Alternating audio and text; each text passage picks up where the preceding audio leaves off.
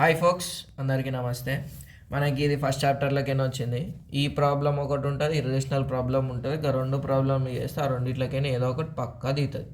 99% దిగుతుంది. ఒకవేళ పేపర్ తయారు చేసేటప్పుడు మిమ్మల్ని ఫెయిల్ చేయాలనుకుంటే ఇక మనకు తెలియని ఆన్సర్లు గిట్టిస్తాడు.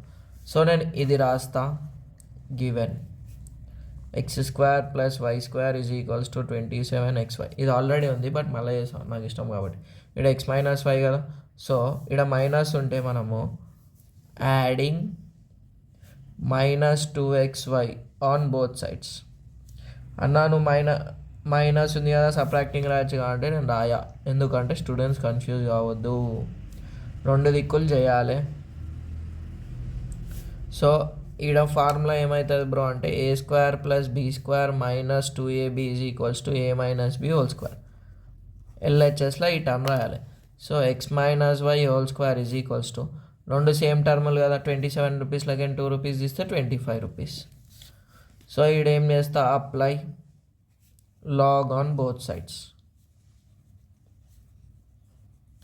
అప్పుడు log of x - y whole square = log of 25xy. ఈడ ఎల్హెచ్ఎస్కి ఏం ఫార్ములా వాడతాం బ్రో అంటే log a⁴m, that is m log a. ఆర్హెచ్ఎస్లో ఏం వాడతాం అంటే log abc ఉంటే ఇట్లా ఇంటూలు ఉండి log ఒకటి ఉందనుకోరి, సప్పుడు దాకా ఏం రాయొచ్చు బ్రో అంటే log a + log b + log c అని రాయొచ్చు. సో నేను రాసేస్తా.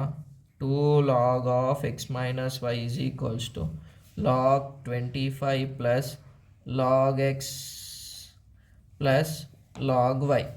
ఇప్పుడు 25 ఏం చేయొచ్చు, 5² రాయొచ్చు కదా.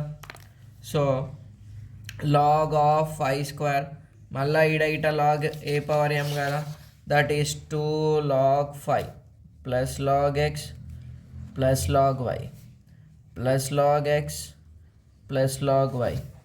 2 log of x - y, 2 log of x - y గదే ఇచ్చింది కదా. 2 log of x - y = 2 log 5 + log x + log y. ఇదే ఇచ్చిండు, hence షోర్డ్.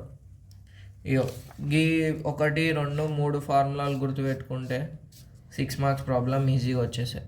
Thanks for watching, all the best.